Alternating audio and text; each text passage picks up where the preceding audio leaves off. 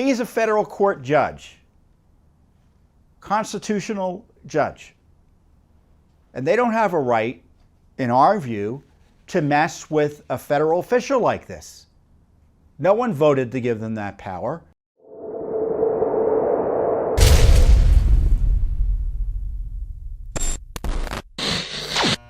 We hold Congress accountable, we hold the executive branch accountable, and we're Judicial Watch. We hold the judiciary accountable. And Judicial Watch had a big victory in against what's called the Sixth Circuit Judicial Council on behalf of a federal court judge who was punished, as I said, for doing the right thing. Now, the Sixth Circuit is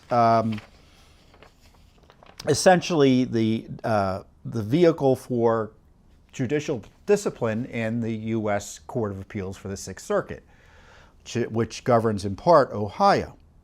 And we announced today that there was a settlement of an historic lawsuit that we had filed. And in that settlement, the Sixth Circuit Judicial Council is vacating an unprecedented and, as we say, a clearly unwarranted order by a disciplinary panel that found U.S. District Court Judge John R. Adams, our client, committed misconduct by objecting to undergoing a psychiatric examination and ordered him to submit to the examination. By the way, so I want you to think about that. They told him, for really no good reason, and I'm summarizing here, you need to undergo a psychiatric examination. We don't like what you're saying and doing. And what he was doing was enforcing the law and complaining about misspent funds, but I'll get into that. And they said, you have to go undergo a psychiatric examination. And he said, no, I don't, and I won't. And they said he committed misconduct by objecting to undergoing a psychiatric examination. When we talk about Alice in Wonderland reasoning from our courts.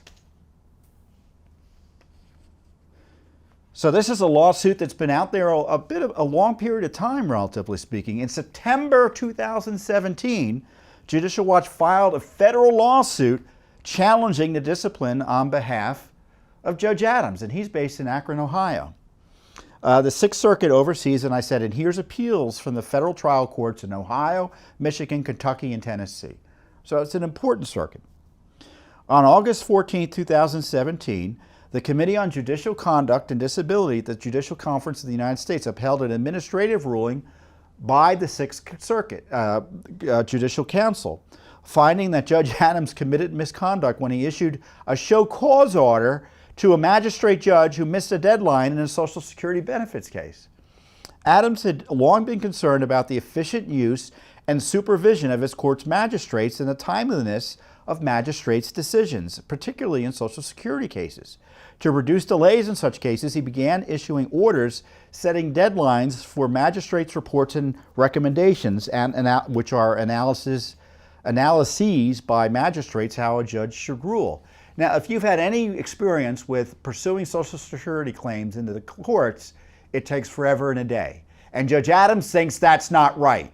Magistrates work for the courts, and Judge Adams was demanding accountability from them.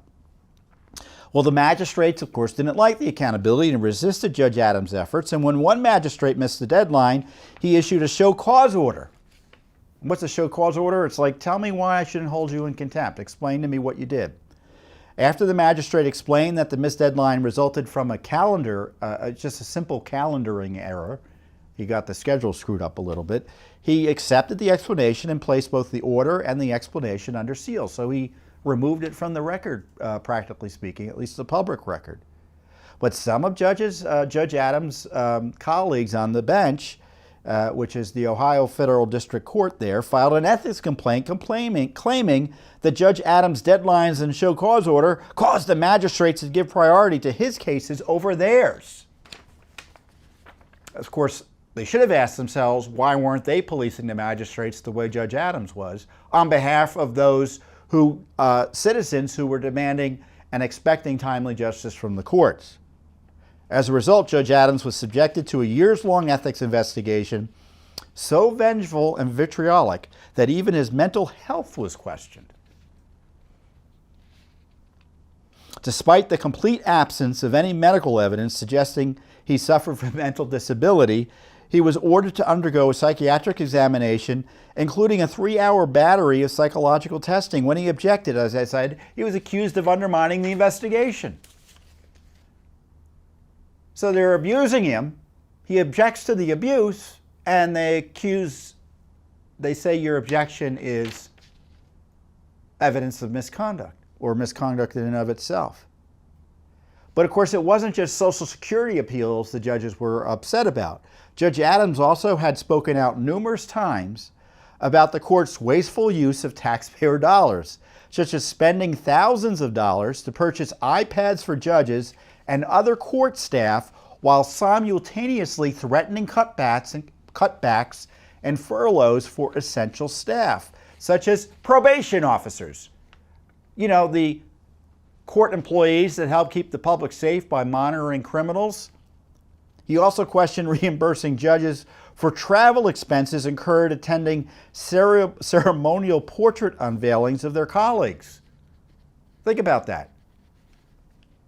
Now, if you've ever been in federal courthouses, you'll see lots of paintings of judges. And I don't necessarily object to that. But what Judge Adams objected to was taxpayers spending money sending judges for the unveiling of these projects or these portraits. So that gets under the skin, obviously, of some of his colleagues who, you know, I guess expect the Judge Adams to keep quiet about things that he objects to in terms of potential waste of taxpayer resources. Now, of course, no case has ever been decided in which a judge was forced to undergo a psychiatric evaluation, so this is quite the case and a very interesting one. But the Committee on Judicial Conduct and Disability of the Judicial Conference of the United States, which is like, you know, you think, so think of all these various circuits have these judicial councils which are supposed to police the ethics of federal judges. Then above them is the super committee, for want of a better way of putting it, the full Committee on Judicial Conduct and Disability, which, you know, is above all the other districts, and it's based here in Washington, D.C. And they found that it was misconduct for Judge Adams to object to this unprecedented demand for a psychiatric evaluation. It also ordered him to endure 2 years of monitoring by a judicial committee and threatened to reassign his current caseload and ban him from being assigned new cases. You know, he's a federal court judge, constitutional judge. And they don't have a right, in our view, to mess with a federal official like this. No one voted to give them that power. After over 4 years of federal litigation, including an appeal, the Judicial Council gave up, and they finally agreed to vacate the unprecedented orders targeting Judge Adams. And so this is quite the case, isn't it? So did you know, and I'm sure you didn't, that Judicial Watch represents a federal court judge in a case against, in our view, the abuse and corruption of other federal court judges. Basically here, the bureaucracy being misused to go after him. And the courts aren't above the law, and we're willing to go to court to sue the courts. Judge Adams is a fine jurist committed to the highest standards of judicial ethics and has served with distinction for over 19 years. No other federal judge should ever have to go through what Judge Adams went through. That the bureaucracy of the federal judiciary retreated from his abuse of him is a remarkable victory for the rule of law and our constitutional system. So, you know, Judge Adams is a great judge. He's the type of judge you want on the bench. He takes his job seriously. He realizes that he's a steward of the public interest as a judge and was willing to go to bat for that. And he was punished for it by the courts. And again, and you can imagine how tough it is because, you know, you can imagine the pressure he's getting, and some people would just give in. And he said, no, I'm not going to give in. I'm going to fight. I'm going to fight. And remember, these courts, you know, they're hothouses. I mean, they are, everyone knows each other, so this is not a pleasant thing to have to do. But of course, they were improperly targeting him, so he stood up for his rights, his constitutional rights, as a citizen and a federal court judge. And because Judicial Watch was willing to push and push and push on this, they backed down finally.